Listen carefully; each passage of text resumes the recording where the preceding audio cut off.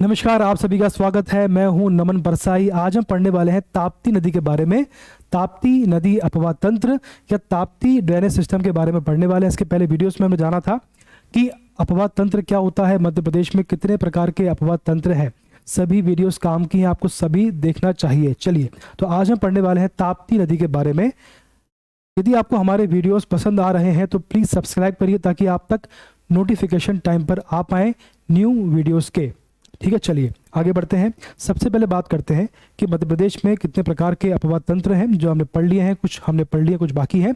तो 5 प्रकार के। पहला आपका है गंगा यमुना अपवाह तंत्र, ये वाला पार्ट हमने पढ़ लिया है। इसके बाद नर्मदा अपवाह तंत्र, ये भी हमने पढ़ लिया, ये वाला जो पार्ट है इसको पढ़ लिया है।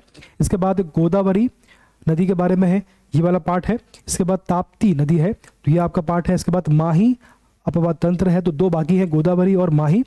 तीसरा जो है ताप्ती आज हम पढ़ने वाले हैं। ठीक, अब देखिए इसका उद्गम कहाँ से होता है, जो मेन इंफॉर्मेशन इसके बारे में फैक्ट है। तो ये बैतूल जिले के मुल्ताई से इसका उद्गम होता है, बात क्लियर है।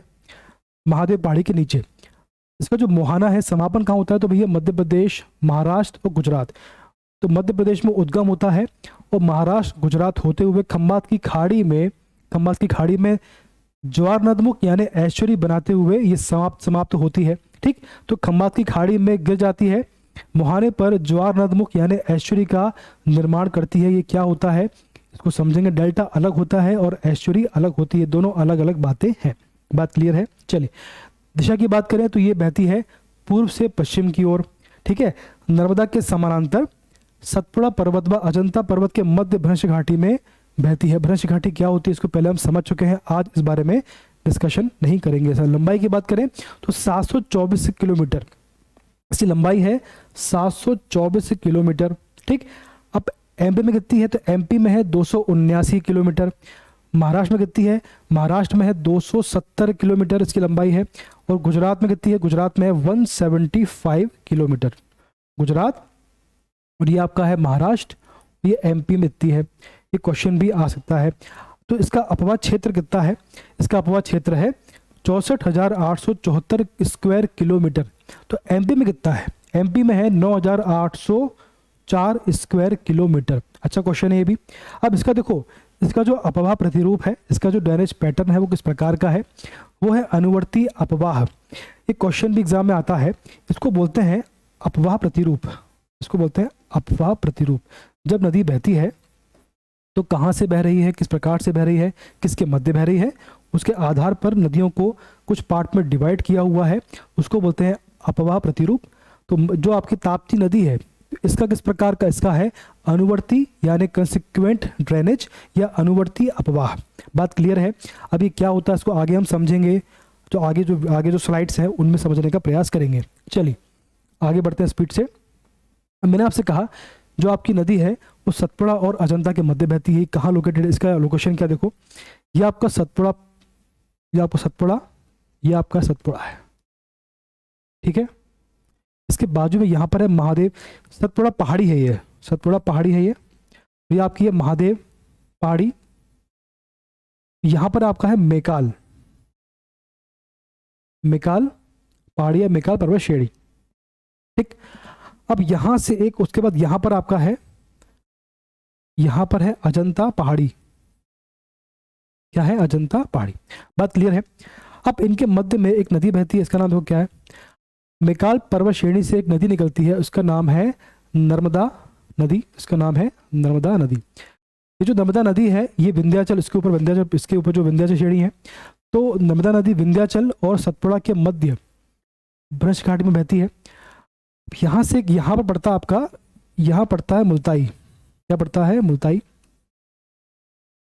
ठीक, यहाँ से एक नदी निकलती है, उसका नाम ताप्ती नदी है, इसका नाम है ताप्ती नदी। बात क्लियर है।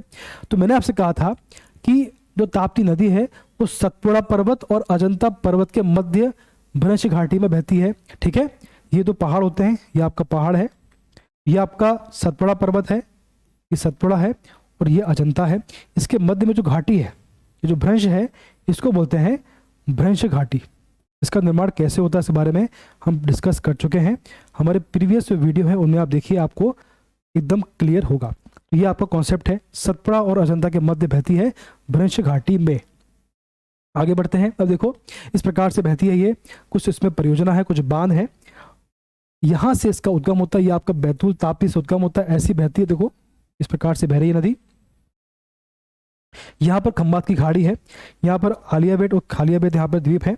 ठीक है, चलिए अब यहाँ पर बैतूल में यहाँ पर पारसडोह बांध बना हुआ है। पारसडोह बांध यहाँ पर बना हुआ है। क्वेश्चन आता है कि पारसडोह बांध कहाँ पर है, तो ये बैतूल में पड़ता है। ये आपका पड़ता है बैतूल में। ठीक है, इसके बाद यहाँ देखो यहाँ आपका महाराष्ट्र पड़ता है। तो महाराष्ट्र और एमपी की बॉर्डर है, ये महाराष्ट्र में नहीं बह रही है, ये एमपी और महाराष्ट्र की बॉर्डर में बहती है। ठीक है ना, बुरहानपुर से ये महाराष्ट्र में आती है, बुरहानपुर के बाद ये महाराष्ट्र में प्रवेश करती है, उसके पहले ये एमपी और महाराष्ट्र की बॉर्डर पर बहती है। इसको जो बाउंड्री है वहाँ बहती है, महाराष्ट्र में नहीं आती है। ठीक है, चलिए तो आपका यहाँ से बह रही है बैतूल में, आपका पारसडोह बांध है, सुक्ता नदी यहाँ से मिल रही है, यह महाराष्ट्र है। और ठीक है, बात क्लियर। यहाँ आपका पड़ता है बुरहानपुर, यहाँ पड़ता है नेपानगर। ठीक है, नेपानगर और बुरहानपुर से बहती हुई आगे बढ़ती यहाँ महाराष्ट्र आता है। महाराष्ट्र में यहाँ पर काकरा पारा परियोजना है। उसके बाद सूरत में, गुजरात में यहाँ पर उकाई परियोजना है, डैम बना हुआ है यहाँ पर। ठीक है, और अंत में ये खंबात की खाड़ी में ऐश्वर्य बनाते हुए ये समाप्त होती है। ठीक है, चलिए आगे बढ़ते हैं। तो इसका जो अंत होता है वो खंबात की खाड़ी में होता है। अभी कैसे बहती है समझिए, देखो इसको। इसका उद्गम कहाँ से होता है, इसका उद्गम होता है बैतूल से। अब देखो यहाँ से बहती हुई, यह आपका महाराष्ट्र है, गुजरात आगे है, तो ऐसी बहती है। और इसके बाद ये यहाँ बहती हुई एक बॉर्डर, ये आपको जो महाराष्ट्र की बॉर्डर है, ऐसी बहती हुई ये आपकी बुरहानपुर में आती है और यहाँ से महाराष्ट्र में प्रवेश करती है और वापस से यहाँ पर गुजरात में प्रवेश करती हुई ये खंबात की खाड़ी में बह जाती है। इस प्रकार से बैतूल बहती है, फिर आपका ये यहाँ पर बुरहानपुर आता है, ये नेपानगर भी आता है, यहाँ बहती हुई ये महाराष्ट्र में आती है, फिर गुजरात में प्रवेश करती है और ये खंबात की खाड़ी में समाप्त हो जाती है। ठीक है, चलिए इस प्रकार से है ये। अब देखना मैप में और आपको क्लियर होगा। ठीक है, चलिए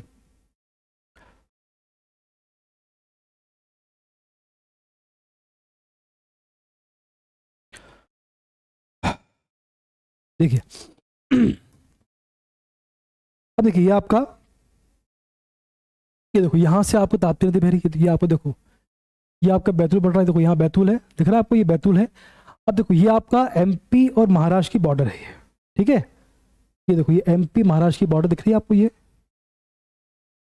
ये आपकी एमपी, ये एमपी महाराष्ट्र की बॉर्डर है। ठीक, यहाँ पर आपका महाराष्ट्र है, ये आपका एमपी है। बात क्लियर है। अब नदी यहाँ से बहती हुई ऐसी आती है और एमपी और महाराष्ट्र की बॉर्डर में बहती है, ऐसे यहाँ बहती है, तो यहाँ से फिर एमपी में प्रवेश करती है। ये आपका एमपी आ गया, फिर आपको नेपानगर आ गया, यहाँ आ गया। अब यहाँ पे आपको ये जो आपको बुरहानपुर आ गया, तो यहाँ से महाराष्ट्र पर आती है, ये आपको भुसावल आ गया, तो यहाँ से बाद में गुजरात में प्रवेश करती है महाराष्ट्र के बाद, उसके बाद खंबात की खाड़ी। ठीक है, इस प्रकार से इसको पढ़ना है मैप के माध्यम से, ताकि आपके कॉन्सेप्ट भी। अब देखो ये गुजरात में आ चुकी है, महाराष्ट्र से गुजरात में देखो ये आपकी महाराष्ट्र और गुजरात की बाउंड्री है। ये ताप्ती नदी ऐसे देखो बहती हुई आ रही है, ये देखो ऐसी बह रही है, यहाँ से प्रवेश करती है गुजरात में और यहाँ पर आपका है उकाई बांध।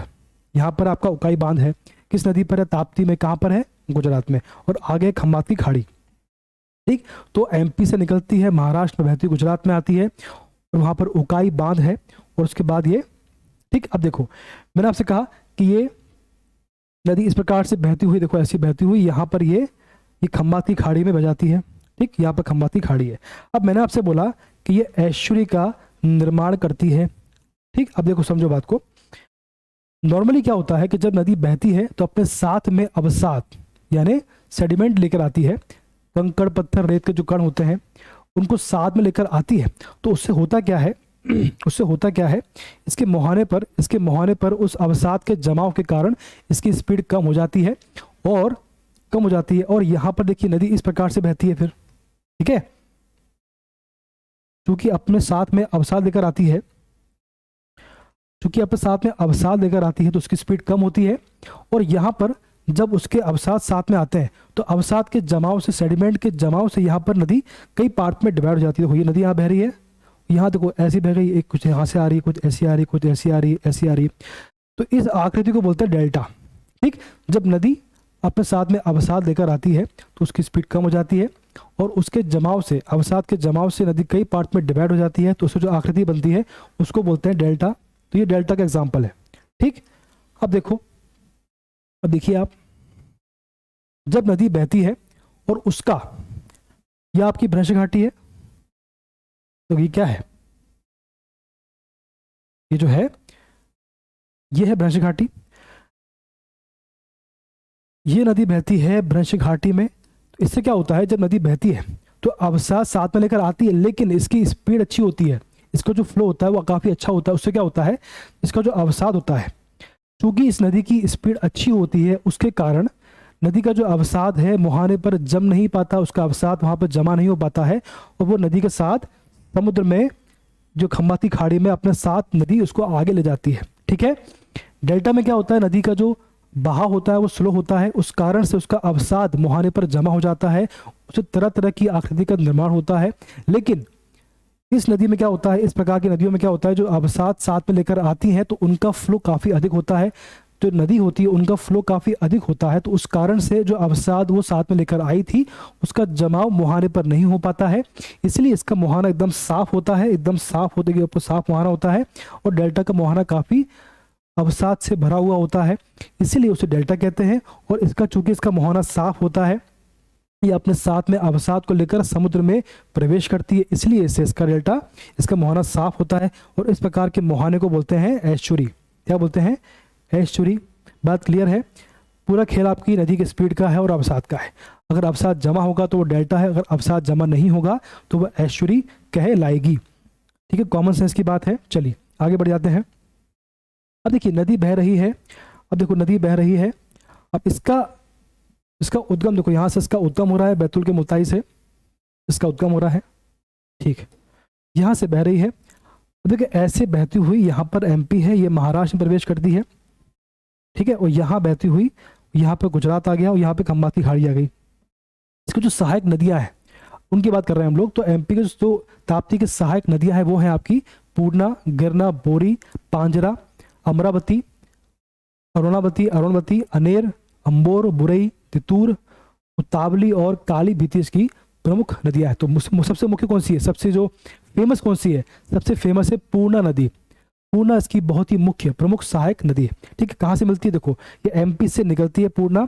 हम बात कर रहे हैं सहायक नदी के बारे में, हम बात कर रहे हैं सहायक नदी के बारे में। ये देखो आपकी फिर ये ले लेते हैं, देखो ये इसकी सहायक नदी यहाँ से निकल रही है एमपी से, और यहाँ देखो ये महाराष्ट्र में इससे मिल रही है। ठीक है, पूर्णा का संगम होता है महाराष्ट्र में ताप्ती से।